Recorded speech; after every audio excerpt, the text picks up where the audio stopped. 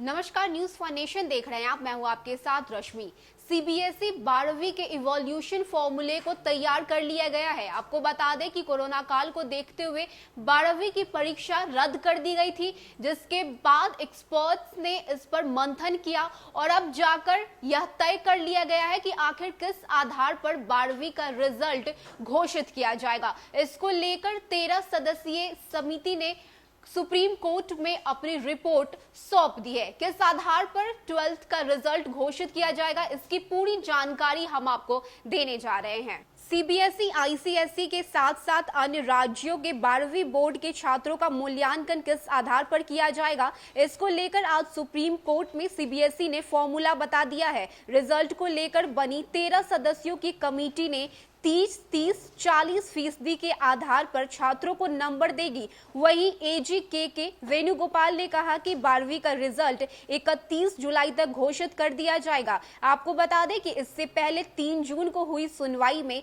Supreme court ने CBSE और council for the Indian school certificate examination को अगले 2 सप्ताह के अंदर मूल्यांकन योजना पेश करने का आदेश दिया था। इसके साथ ही कोरोना के बढ़ते खतरे को देखते हुए केंद्रीय और राज्यों के बोर्ड ने 12वीं की बोर्ड परीक्षाओं को कैंसिल कर दिया था, जिसके बाद से ही मूल्यांकन क्राइटेरिया पर मंथन किया जा रहा है। गौरतलब है कि 12वीं बोर्ड के परीक्षार्थियों के लिए मूल्यांकन क्राइटेरिया को लेकर एक कमेटी बनाई गई थी, जिसमें 13 सदस्य थे। मीडिया रिपोर्ट में यह कहा गया था कि मूल्यांकन के लिए 10वीं, 11वीं और 12वीं को प्री बोर्ड की परीक्षा को आधार बनाया जाएगा। कमेटी का यह भी कहना था कि इसमें 10वीं और 11वीं परीक्षा के फाइनल रिजल्ट को 30% शामिल किया जाएगा और 12वीं कक्षा के प्री बोर्ड परीक्षा के रिजल्ट को 40% महत्व दिया जाएगा। रिजल्ट में यूनिट, टर्म और प्रैक्टिकल में मिले नंबरों को भी शामिल किया जाएगा। सीबीएसई ने बताया कि रिजल्ट के लिए बनाए गए फॉर्मूलों के आधार पर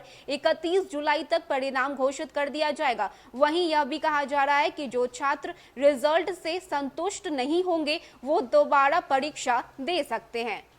तो 13 सदस्यों की उस कमेटी ने यह तय किया है कि 10वीं, 11वीं और 12वीं के 30 और 40% अंक लिए जाएंगे और उसके बाद ही 12वीं का रिजल्ट तैयार किया जाएगा। इसके साथ ही आपको ये भी बता दें कि जो छात्र अपने रिजल्ट से संतुष्ट नहीं होंगे वो दोबारा एग्जाम भी दे सकते हैं।